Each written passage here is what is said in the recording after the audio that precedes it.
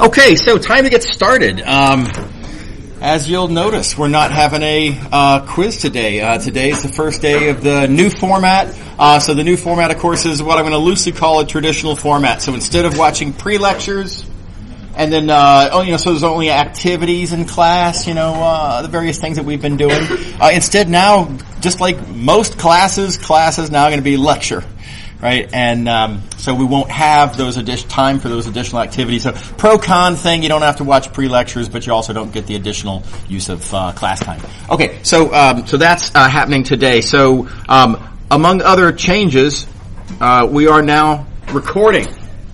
Right, so since you don't have pre-lectures as a video reference to the content any longer, we're now going to be recording here in class so that you will have a video reference. I mean, I think it's valuable, and the opportunity permits for students to have a video reference to hear about the ideas that are in the notes that are discussed in the lecture. Okay, so you've been officially notified then, as I believe I understand the law requires, that you may be recorded if you ask a question. Just like I say, now you've been informed. And so just keep that in mind. Anyway, whatever you ask in the form of a question, it might get picked up by the mic.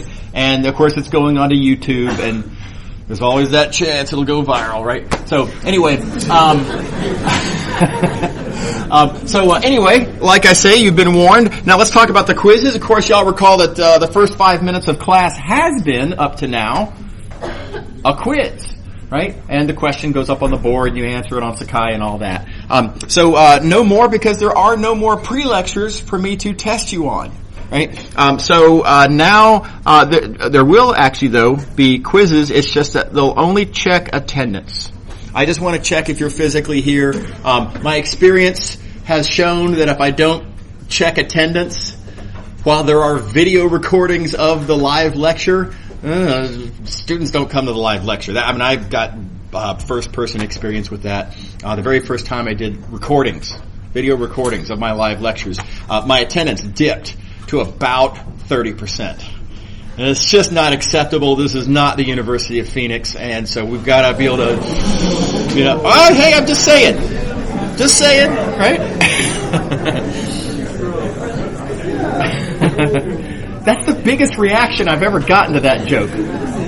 Anyway, okay.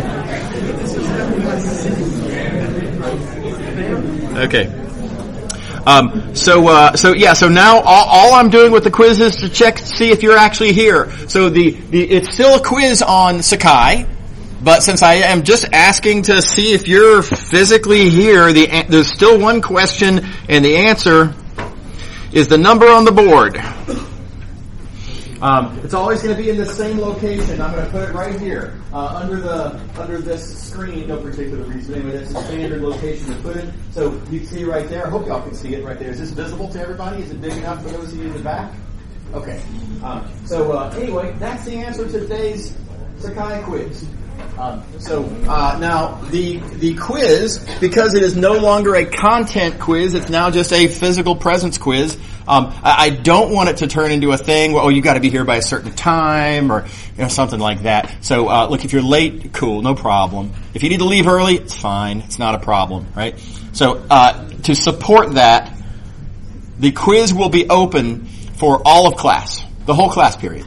I also give you a buffer. It's actually going to it's going to begin to be available 5 minutes before class starts. And that way I figure, if you want to kind of get that quiz done and, record it and you're physically marked, but you don't have to think about it during class when you want to focus on math, then you can do that. It's also going to continue to be open for 5 minutes after class is over for kind of similar reasons. I mean, if you walk in late and you want to be able to jump right into the lecture and think about math and not have to deal with, logistics, wait until class is over. Perfectly fine. You will then have 5 whole minutes to make that entry. Okay, so 1:35 to 2:35 is the open period for the quiz. Okay. Oh, and one last thing. For quizzes that check content, I had to arrange the quiz so that you could only enter your answer once. If you think about it, the reason I had to do this is, otherwise, students would be able to submit their answer to the content quiz, and they go into the grade book, see if they have a point sitting there, right? And if they don't have a point, well, then they would know that they had the wrong answer to the quiz. They could then go back and submit an answer again. Obviously, I can't do that when the quiz is measuring content. But here it's not measuring content; it's just measuring were you physically here? So in order to accommodate inadvertent typos or misreads or whatever, the quiz is now set up where you can answer the quiz question as many times as you would like. Right? There's no bound on how many times you can answer. So but it's also set up, by the way, that if you answer the quiz question correctly the first time, but then somebody talks you out of it and convinces you that it says something else, then you enter it wrong after that, you're still going to get the point. If any of the answers is correct, you'll get the point. Right? So they're very flexible. I have friends that would have done that when I was in college. Okay. All right. So does anybody have any questions about going forward, about the procedures, the quizzes, the attendance codes, anything like that? Recordings? Anybody have questions about any of that? Is everybody aware of the YouTube channel where the recordings will all be posted? It's all linked on the class webpage, of course. Okay, so two last things. Firstly, I want to talk about the midterm course survey. I sent you an email about this on Monday, and then I think it was a reminder email this morning, if I remember correctly. So the math department is conducting sort of midterm course reviews. The idea is to get feedback from students during the operation of the course, so we can consider what we might be able to change during the course, right? So you can benefit from the feedback that you give. Originally the deadline was to be Friday today, right? And they've extended the deadline. I guess somebody pointed out that Friday afternoon tends to be I'll do it later kind of time, right? Certainly was for me when I was in college. So it's now been pushed back to Sunday, 9 p.m., right? So you have until Sunday, 9 p.m. The math department very much appreciates feedback that you can give, so thanks in advance for doing this if you haven't already. The second thing I wanted to let you all know about, you'll be getting another request from me. This will be coming in on Monday. There is another survey. So this one's related to the sort of joint work that I'm doing with the Psych and Neuro department, right? So y'all may recall at the start of the term there was a survey from in cooperation with Psych and Neuro, we put together what would be a good way to survey students and get feedback that I think would be useful to us, and et cetera. So they know how to do that. And I know math, right? So that's the pairing. Anyway, there's a second survey that's going to be going out. It's going to be available all the next week, so you're going to get an email from me, by the way, but written by them pretty much. But that'll be coming out on Monday, and during all of next week, it'll be open. So please, I think they said it takes 12 minutes. It's not that big a deal. To encourage participation, I am offering extra credit for students to do the survey. What the form of the extra credit will be, keep in mind the way we're doing things is, everything's a weighted average on the 4-point scale, right? I hope everybody understands how grades are being done in this class. If you're not entirely clear on it, take a look at there's a whole web page dedicated to discussing all of those details. The sort of eventual punchline of which is that you will have a course weighted average on the 4-point scale at the end of the semester, and it's just literally an average. A is 4, B is 3. It's the usual interpretation, right?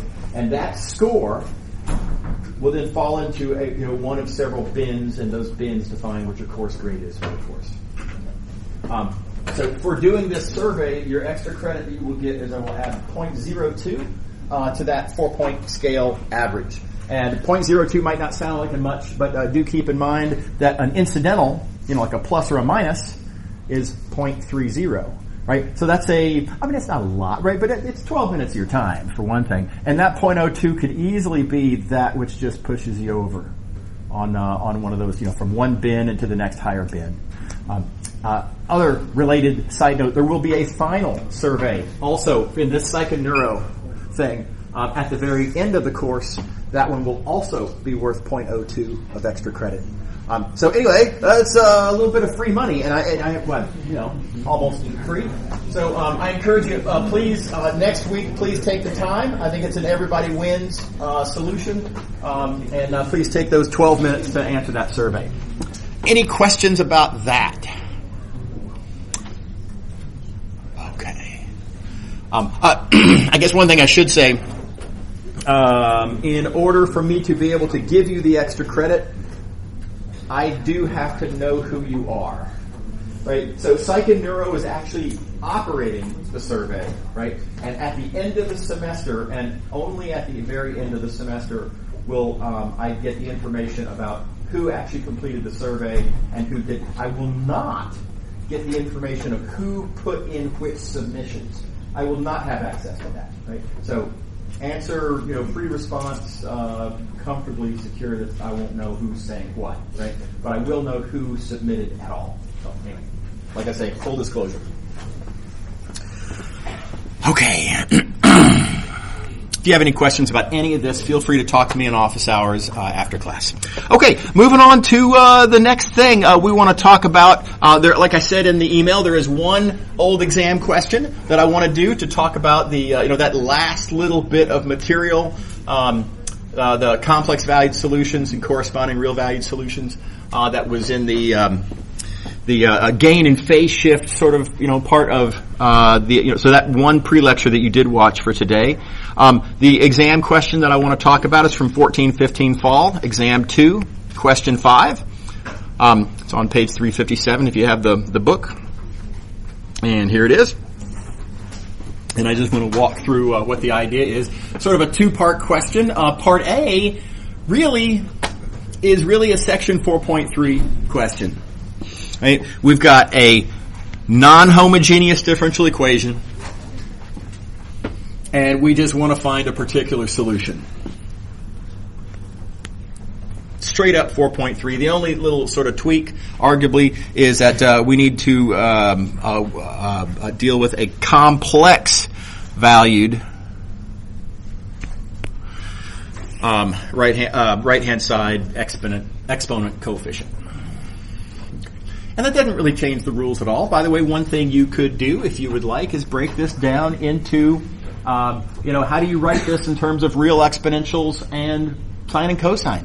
And if you break it down that way and write down what I, again, like to call, in casual parlance, the magic number, you would get 2i as your magic number. On the other hand, if you want to view it as being, let's just view it literally as just an exponential, then your complex number is 2i.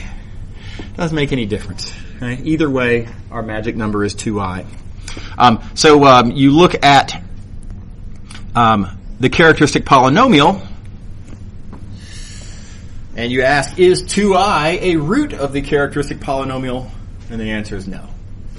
Now you can just plug it in and see. Right?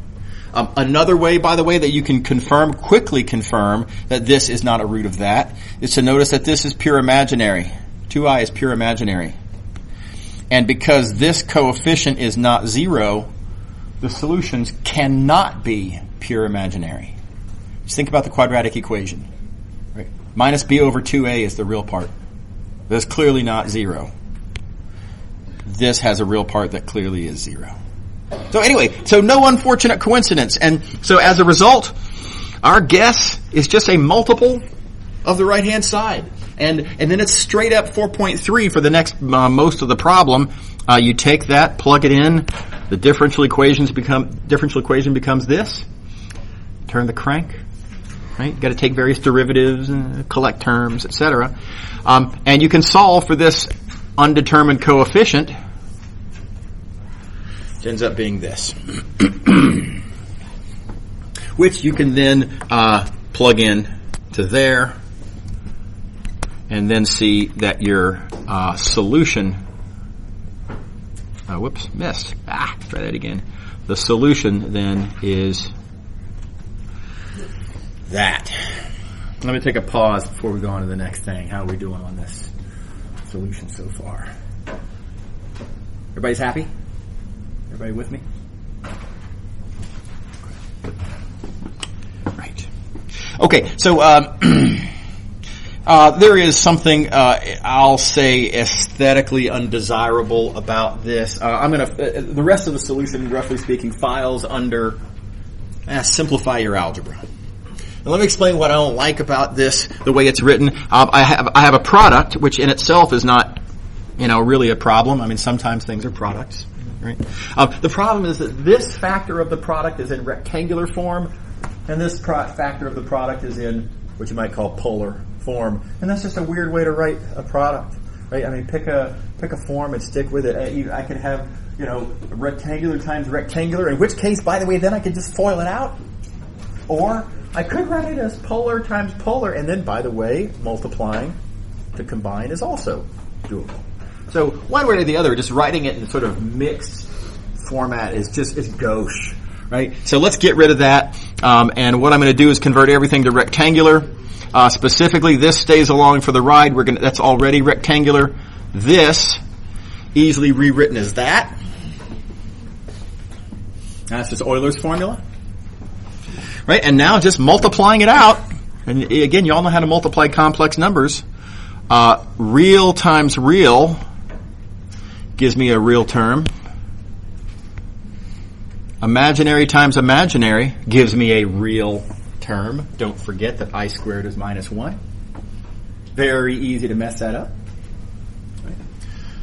So there's my two real terms in the product, and then the imaginary terms of the product are real times imaginary, which is that, and imaginary times real, which is that. So just straight up multiplying it out. That's all there is going on there. How we doing? Everybody happy so far? Okay, so where do we go from here? We have now a particular solution, so we're done with the first part. The second part of the question is where it gets more, I'll say, section 4.5 interesting, and that is now we're going to solve two differential equations, namely these. Right? And the big idea is to use this trick that we saw from today's one pre-lecture recording, or today's lecture notes, and to notice that when you have a differential equation with a complex valued right-hand side that you can expand and view as, well, there's a real part of the right side and there's an imaginary part of the right side. You can further think of the solution. Complex valued is, of course it is. View it as having a real part and an imaginary part, and then you can just straight up interpret this one differential equation. There it is, same differential equation. You can view that as being two separate differential equations. This one you might call the real part of the original differential equation, and this you might view as being the imaginary part. Right, so the big punchline is that when you know a solution to what you might call the associated complex differential equation, then you also, immediately know the solutions to two associated real differential equations. Okay, so what I wanted students to do on this old question was to realize that that's exactly what's going on here. If you look at okay, let's get this to fit on here. If you look at our original differential equation, that original differential equation, its real part is that, and its imaginary part is that. Again, it's immediately clear that right-hand side, its real and imaginary parts are these right-hand sides here. All right, so all that's really left to do in part B is just realize, all we're looking for is to solve associated real equations. The solutions, these, u's, and v's, are just the corresponding components of z. It's just the u and the v for that z function that we just got through solving. So again, this z,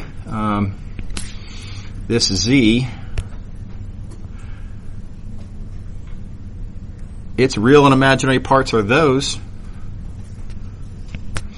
right? So that is the u, and that is the v, as you see here. So, there's my u, there's my v. How we doing? Everybody happy? Does everybody see what happened? Everybody see how this is really the same thing as the example that we had in the notes? It's just, maybe written a little bit differently, and I leave it to the students to identify and infer that this is the, the way we're solving this. But it's ultimately the same idea there. Yeah? Okay? Okay. All right, so, so we need to move along then to the next thing for today. So new material, lecture material. For the first time in the class, we're doing lectures. So chapter 5 is a nice sort of clean break. Nice clean place to start the new portion of the course. We're going to define something called a linear transformation. Full confession, we've kind of been using linear transformations a lot already in this course. I've been biting my tongue, doing my best to not say the word linear transformation because we haven't defined it yet, right? But gosh, so many of the things that we've been doing are, in fact, linear transformations. Where I, for whatever reason, have the most trouble is, y'all remember when we were talking about determinants way back when? And there's this feature about determinants that if you take a matrix and if you choose to view it as a function, t of x is a times x. Go way back to chapter 1. You remember that whole business with t of x equals a times x? That function t is a linear transformation.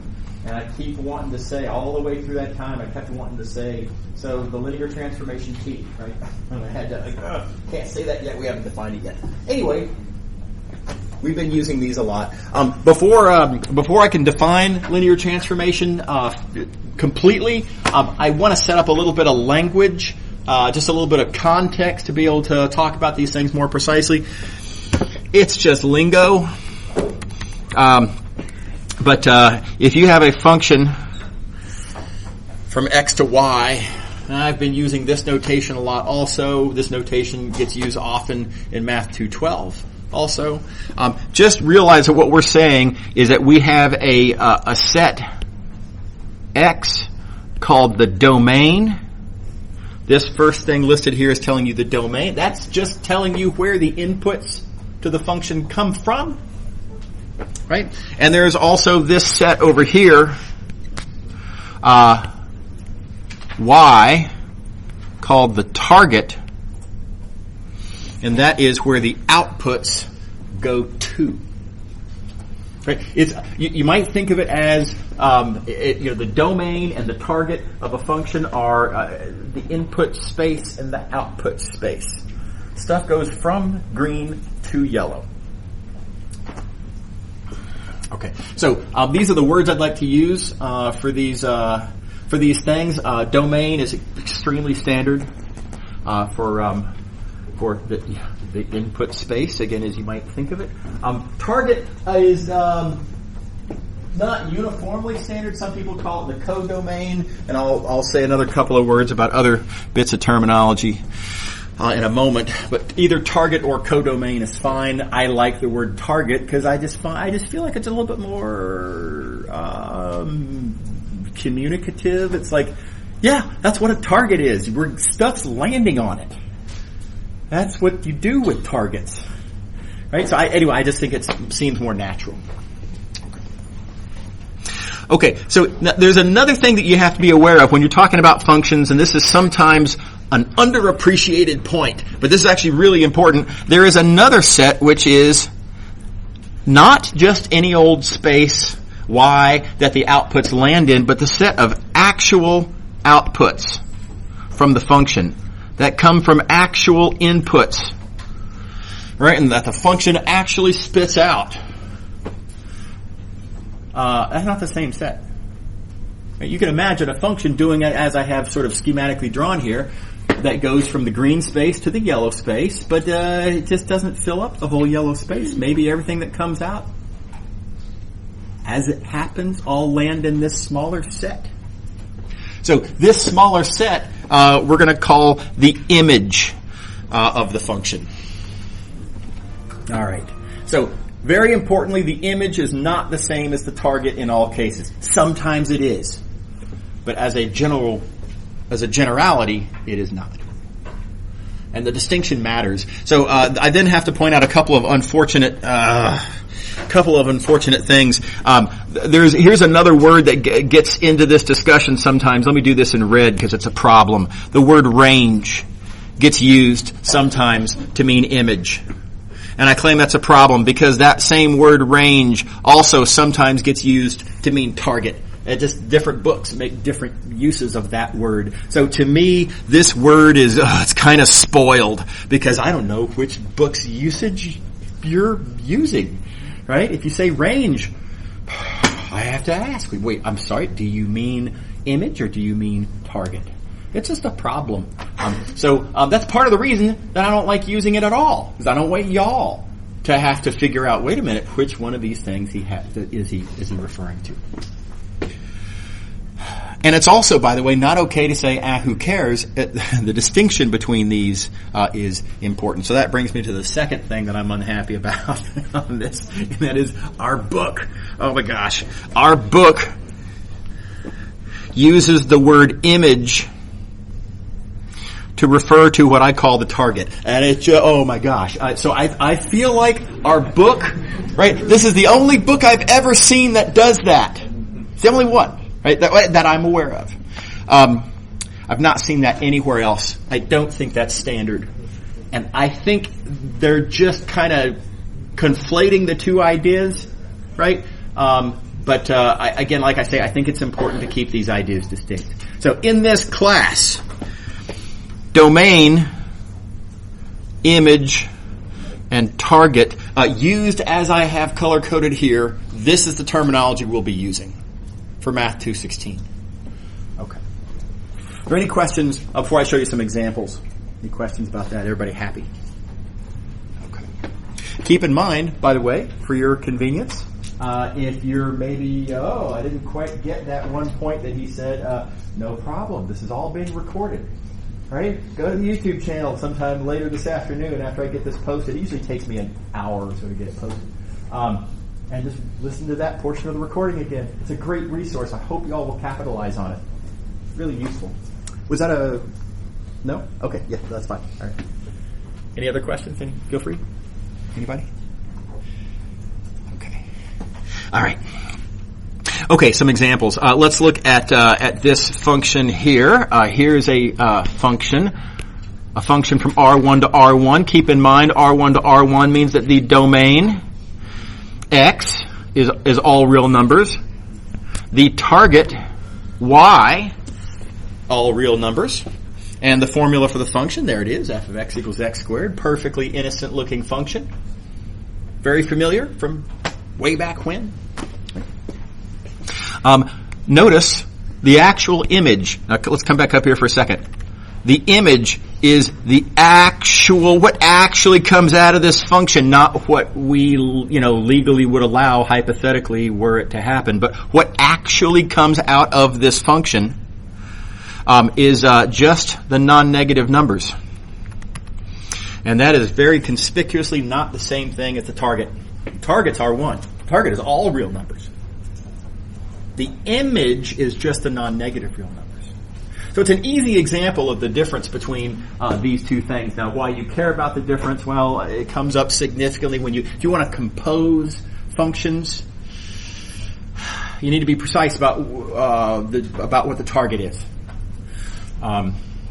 If you want to invert a function, You've got to worry about whether the function is actually invertible and how do you strictly write down the definition of the inverse function, and you simply can't be sloppy about the difference between an image and a target in those cases. If you're curious about those, I don't want to get off into that for right now, but if you're curious, come to office hours, we'll talk about it, and I'll show you easy examples showing why this is a big deal. Okay. All right, here's another example. Different example here. Let's look at this function from R2 to R1. So now what we have here, function from R2 to R1, this function, you give me any two input values, x and y. Let me color code here just to be clear. This x and y come from the domain R2. Okay. Note that the output is a single real number. That output lands, therefore, in R1. That's where single real numbers live. Okay. Function from R2 to R1. And this is an easy way to talk about this function. By the way, why would we care about this function?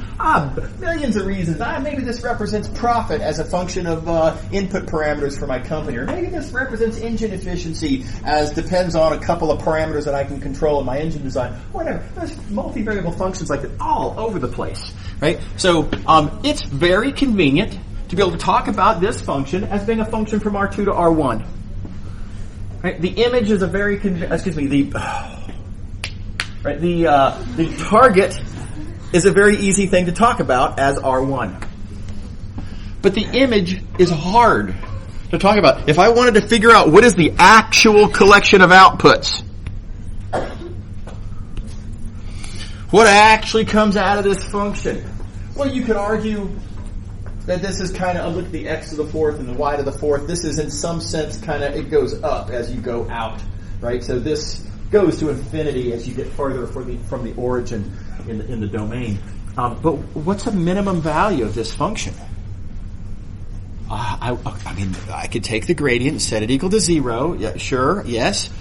But then I'd have a system of two cubic equations to solve, and that's hard, right? So it'd be a tremendous pain to even so much as compute the image. And you could totally imagine that I might need to talk about this function, but I don't need to know its minimum. I don't need to know what is the actual image. I just need to make the observation that two numbers in, one number's out. And there's the formula for it, and maybe I just need to compute gradients or something, right? Okay, so the concept of the target. A lot of students will look at this definition of image and target and think, well, the image is natural. The image is intrinsic to the function. The target is arbitrarily, unnecessarily larger. That's just sloppy, right? You could definitely argue the target is sloppy concept. Oh, but it's a very convenient concept. For example, here. Okay. All right. Now, I just wanted to get that language out of the way. It's very important that we be able to talk about these things. And henceforth, you say function, these are the related concepts. Okay. So with that set, here's our definition of a linear transformation.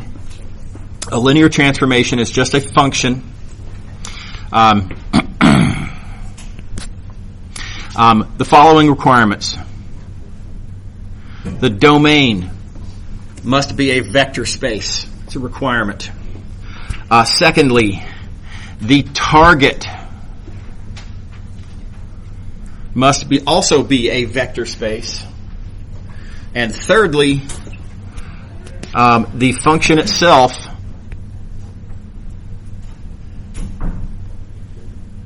must satisfy this. Now, I hope you all will recognize this formula. It must satisfy this formula we've called the linearity property. Namely, for any two vectors and for any two real numbers, I need for this to be true. Right? All possible vectors in V and all possible constants in R. So that's all it is. Ultimately, not that big a deal.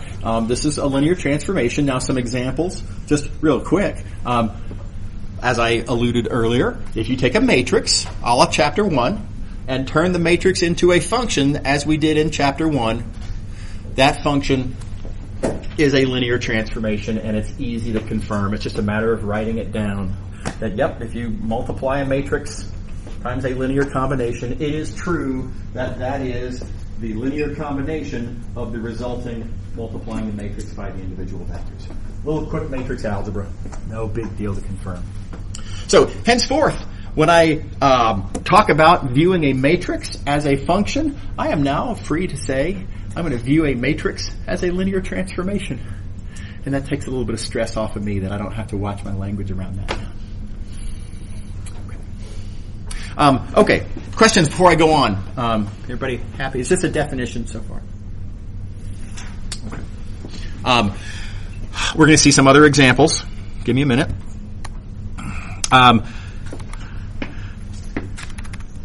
This linearity property,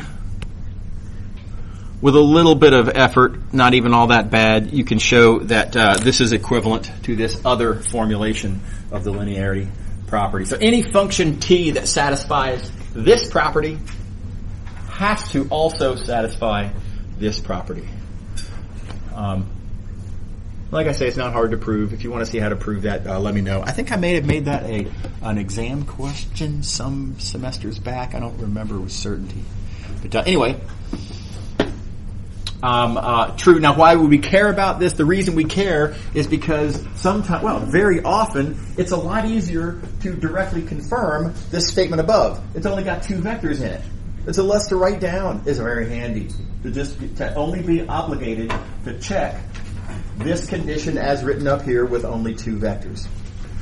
And having done that relatively easy check, you get all the benefits of knowing that your function, for which you just checked this top condition, also has the feature that it will do this linearity property for any number of vectors. So it's a nice fact. It gives you a little bit of free convenience. Okay. Here's another useful fact, and that is that this linearity condition is also equivalent to this pair of conditions down here. So any function that has the linearity property also plays nice with addition, and furthermore plays nice with scalar multiplication. But it also goes the other way around. If you have a function that satisfies this addition property and that satisfies this scalar multiplication property, just check those two conditions individually. Individually, these might be easier to confirm. Then you automatically get that property up there. And again, depending on the circumstance, one might be more convenient than the other. By the way, the equivalence of these conditions also means that different textbooks make different choices about which one to make the definition. The very first time that my very first linear algebra textbook, when I was y'all's age, right? This was the definition of the linearity property that was in my textbook. And it doesn't matter. It's perfectly fine, exactly equivalent. Okay. All right, a little bit of lingo. This terminology commutes with linear combinations. I kind of really like this terminology. I think it's very sort of communicative. It's a very succinct and pithy way to describe that linearity condition. Commutes, you may recall, means you can kind of go either way. You could do this before that, or you could do that before this. It's the same thing either way, right? So A times B equals B times A. That's commuting, right? Well, to say that the function commutes with linear combinations, they're just observing that if you do the linear combination first and the function second, right, that is equivalent to applying the function first and then doing the linear combination second. So it's kind of like saying you can do it in either order and you get the same thing. Now, it's a little bit of a sloppiness of terminology. The use that we made of commute in the past has been that there's two elements of a vector space, and that we do an operation with them when we talk about, the addition commutes. And that's not what's going on here. I'm not saying a function is an element of the vector space and the action of linear combinations is an element of it. That's not the usage I'm making here. This is kind of an abuse of the word commute, but nevertheless it has that go in either order, get the same thing kind of feel to it, and so people do use this terminology a lot. So heads up, be aware of that terminology. Okay. How we doing? Good? All right. So likewise, and I think this is equivalently natural. This property here is called commuting with addition, and this property here is often referred to as commuting with scalar multiplication. Same sort of point of view, same sloppiness, same confession, but still equally convenient. Okay. Alrighty. Okay, a little bit more lingo that I want to talk about. This next page of notes is here because of some conversations I've had with Math 353 instructors. Vast majority of y'all will be taking Math 353 either next semester or soon, right?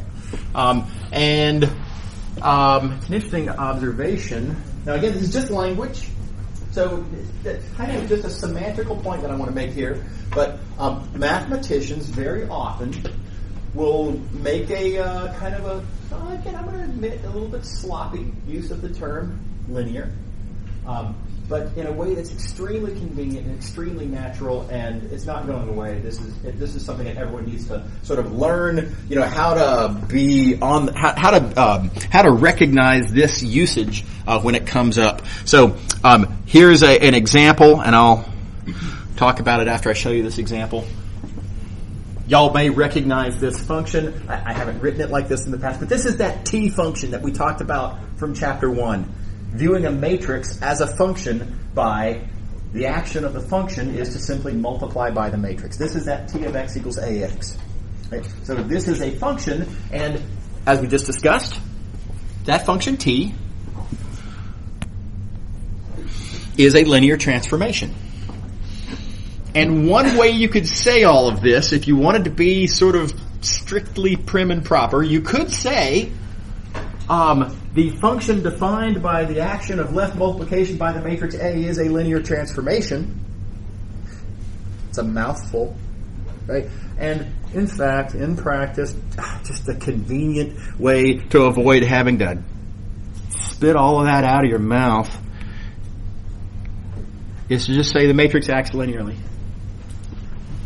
This is people will talk like this. You're going to hear that, and just keep in mind what it means. Now, the way I want you to interpret going forward, when you see stuff like this, here's the way you make sense out of it. If you see this word, linearly or linear, any variant of linear, what you should do is you should look in the whatever it is that's being discussed, and identify there is a function in there somewhere.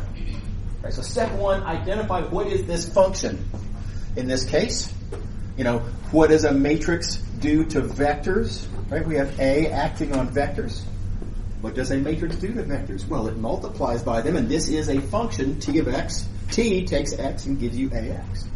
That's the function. And the second thing that you should do when you see this word linearly, whatever function that you have identified,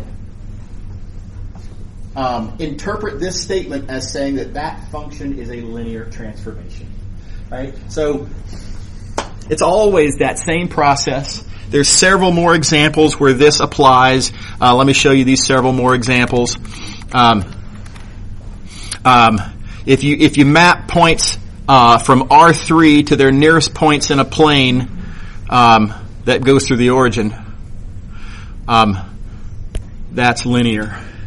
Okay, so this is, again, people will talk like this. People will say, it's linear to map points in space into their nearest points in the plane. People talk like that. Okay, let's play the process. There's that word linear. Step 1, what's the function? Where is there a function in this story? The function is the vector x is the input, to the nearest point in the plane is the output. That's the function. Step 2, by use of the word linear, we are interpreting the speaker as saying that this projection is a linear transformation. Again, it's a lot of syllables, and people will just say projection is a linear map. Right? So anyway, like I say, heads up.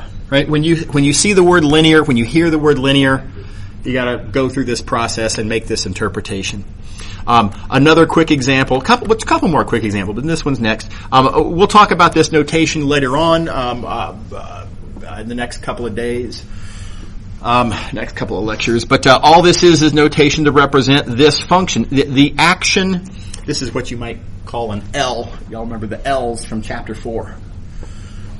If you take a function, the action of doing this, the action of taking that function, taking its second derivative, also taking its first derivative, multiplying that by e to the x, and then subtracting these two things. This whole process, this whole thing,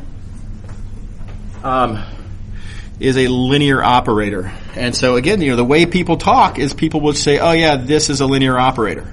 And your interpretation, again, cueing off of this word linear, is to say, I can see that there's a process, that process represents a function, and this speaker is telling me that that function is a linear transformation.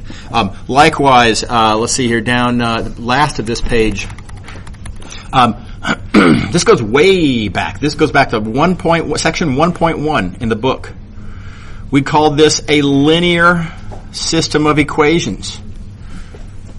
A reasonable point of view on why we call that a linear system of equations is to notice that you can think of the left-hand side here as being the result of that function. And notice that this function is a linear transformation. In fact, that function is the linear transformation t of x equals ax, where a is the coefficient matrix. So, a point of view is that the reason we call this a linear system of equations is because it implies that it's a system of equations that comes from this linear transformation.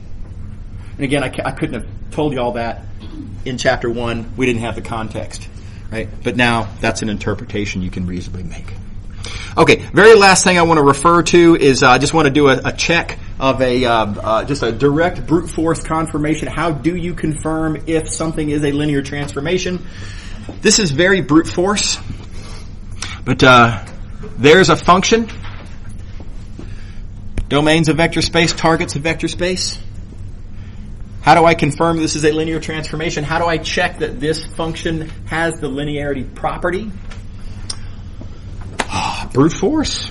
I'm going to put a linear combination in to that function, and I need to directly confirm that I get the corresponding linear combination out. And we're just going to have to take a deep breath and plow through this. So here we go. Confirming that this is true.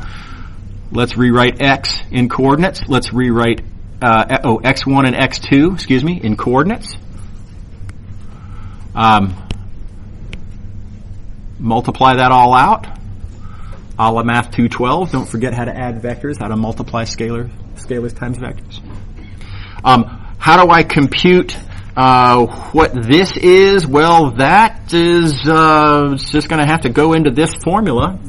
Notice that I have this